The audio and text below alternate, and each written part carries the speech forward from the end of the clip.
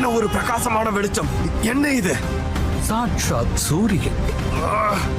இந்த ஒளியை பார்க்கவே முடியவில்லை. பிறகு எப்படி யுத்தம் செய்வது? இதை எவ்வாறு கடப்பது கேசவா? சூரியனை கடந்து செல்வதா? சாத்தியமல்ல அர்ஜுனா. சூரியனை கடப்பதல்ல, அதன் பின் மறைந்து நிற்பதே உகந்தது.